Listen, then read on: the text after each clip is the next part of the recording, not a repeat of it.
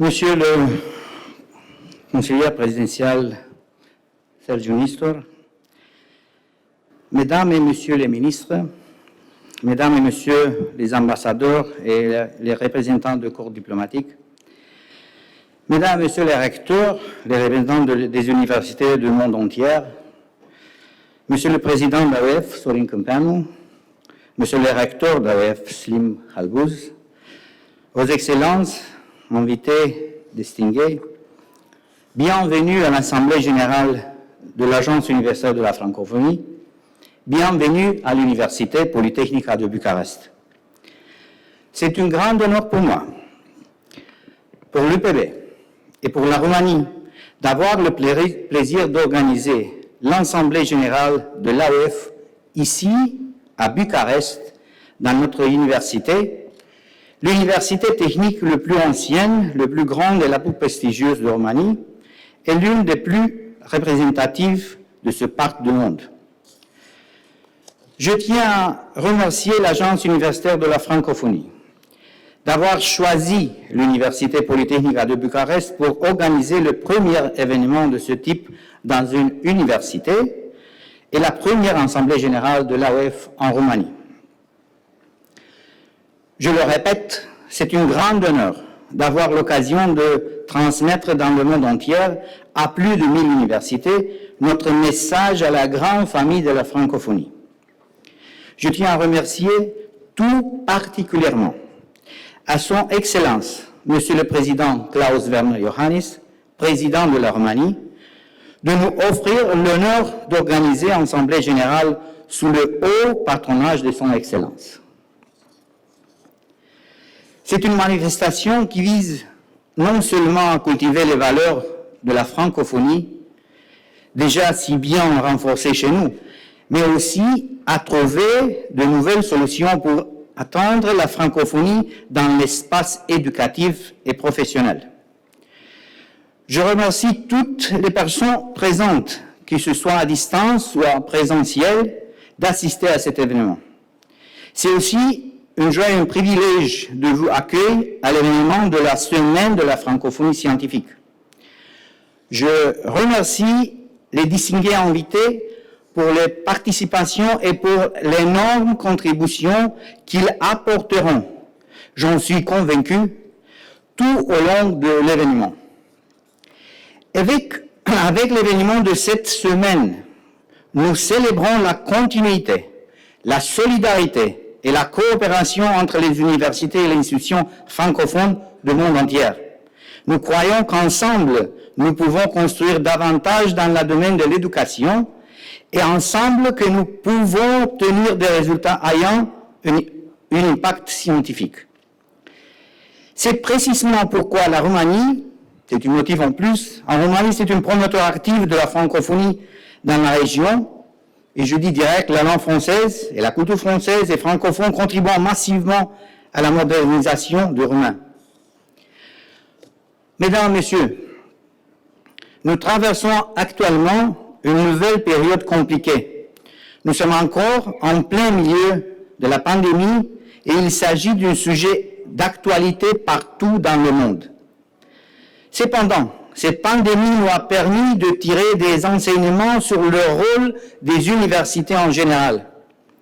Cette période nous a rappelé que nous ne sommes pas seulement des institutions qui offrent des cours et des autres services éducatifs, mais que nous sommes des communautés d'experts qui peuvent avoir un impact extraordinairement positif sur la société et qui représentent des noyaux de résilience en période de défis auxquels la société est confrontée. Enfin, la communauté universitaire ont contribué à définir des politiques intelligentes et efficaces permanentes de contrer le défi de la pandémie. Nous nous sommes donc rappelés ensemble que les universités ont un rôle plus large dans la société et que le rôle peut être atteint surtout précisément lorsque nous assumons ce rôle et lorsque nous collaborons en particulier au niveau au niveau international.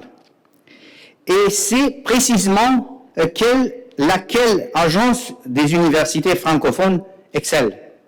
Avec plus de 1000 universités membres réparties dans le monde entier, des initiatives éducatives et scientifiques, une véritable tradition de renforcement d'une identité culturelle mondiale, l'AOF a un énorme potentiel pour devenir une véritable force en termes de collaboration interuniversitaire et de partage des ressources de recherche.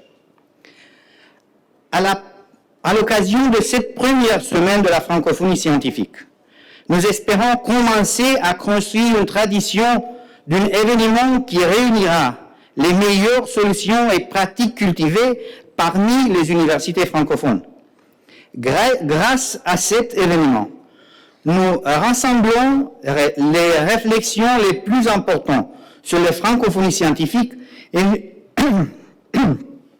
et alimentons ce que représentera la stratégie de l'AOF pour les années à l'avenir. Parallèlement à cet événement, nous célébrons le 60e anniversaire de l'Agence universitaire de la francophonie.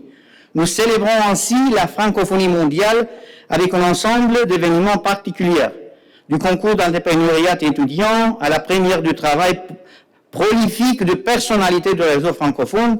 Ce moment festif nous rappellera que nous avons un objectif commun qui dure depuis plus de 6 décennies. La Roumanie et ses universités contribuent activement au processus de modernisation de la francophonie. La Roumanie a décidé, il y a de nombreuses années, de soutenir par des bourses d'études des jeunes chercheurs francophones par le programme Eugène Ionescu.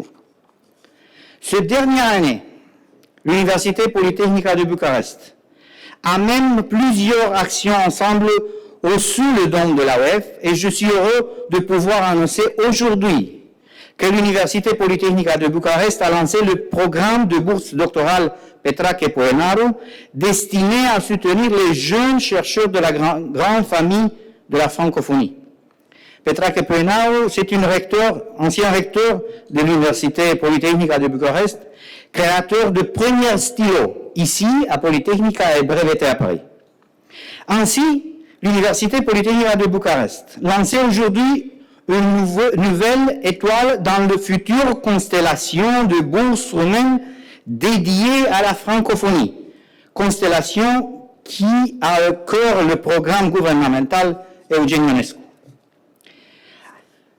Mesdames et Messieurs, à l'ouverture de cette assemblée générale, l'Université Polytechnica de Bucarest est honorée d'annoncer qu'elle a décidé de réaliser la deuxième maison de la francophonie au monde, à Bucarest, sur le campus de l'université.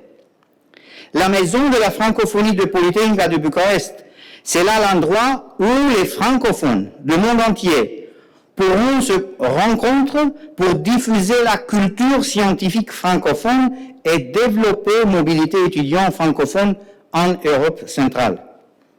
Et aujourd'hui, lorsque nous célébrons le jour de la paix à l'initiative de l'ONU, la maison de la francophonie de Bucarest dans une université démontrera une fois de plus que l'éducation et les universités sont le contributeur primordial à la construction d'un monde inclusif de la pays et d'un dialogue pacifique entre les civilisations. Il s'agit d'un projet important par lequel Polytechnica de Bucarest et de Roumanie expriment son ferme engagement pour suivre à un autre niveau le développement de la francophonie mondiale. Mesdames et Messieurs, le format hybride dans lequel se déroule l'Assemblée générale de l'AOF et les activités de toute la semaine nous permet de rassembler des collaborateurs du monde entier, au-delà des frontières, au-delà des continents, et c'est cela qui rend cet événement unique. Cet événement nous prouve que nous pouvons accomplir beaucoup plus ensemble que nous ne pouvons le faire séparément. Et cette plateforme de débat nous donne l'opportunité de réaliser cet objectif. Le plus grand sculpteur moderne de l'humanité, le Roumain Constantin Brâncuș, disait « Les choix ne sont pas difficiles à faire. Il est difficile de se mettre dans l'état de le faire. » Utilisons donc cet événement pour pouvoir faire mieux pour le grand nombre. Pour conclure, je tiens à remercier à nouveau les membres présents de s'être joints à nous pour cet événement.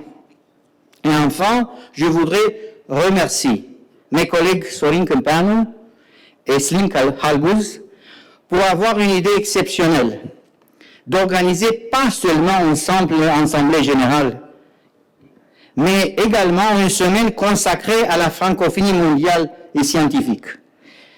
J'aimerais aussi le remercier pour l'engagement pris de moderniser la francophonie universitaire. Je tiens également à remercier les universités de la région d'Europe centrale et orientale pour la collaboration et le soutien exceptionnel dont nous avons bénéficié ces 4 dernières années. J'avais un moment spécial parce qu'aujourd'hui, je ne voudrais pas clore ce message par soutien toutes mes félicitations à la République d'Arménie et le peuple d'Arménie qui célèbre aujourd'hui la fête nationale et de remercier une fois de plus le ministre Artur Martirosyan de présenter le Bucarest.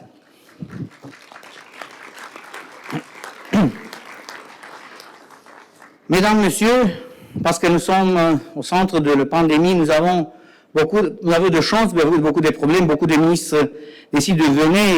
Et ici, il y a beaucoup de ministres qui sont en ligne.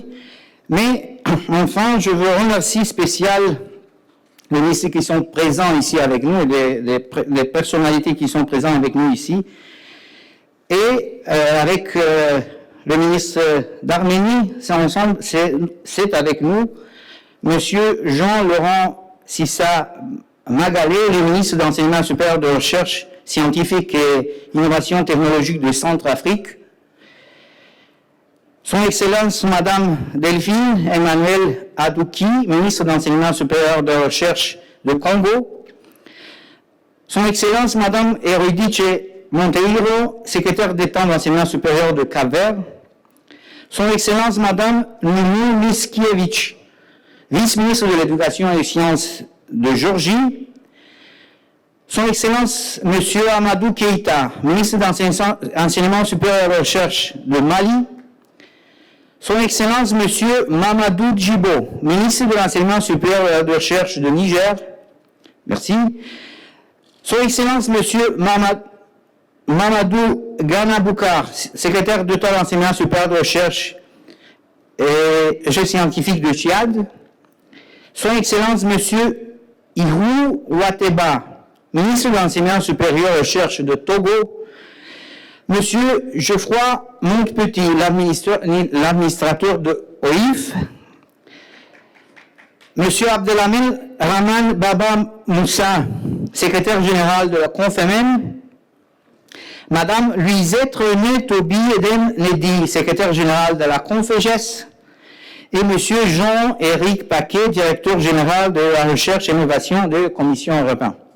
Avec nous, en direct, en ligne, c'est aussi 3 ministres de Cameroun. Monsieur, Madame et Monsieur le ministre, merci beaucoup. C'est un grand plaisir pour nous.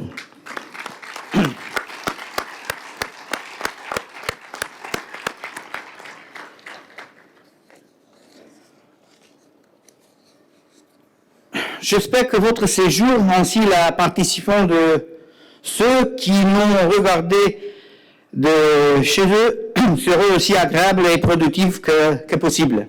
Donc, je vous souhaite un événement extraordinaire et je veux remercier, enfin, merci beaucoup, madame.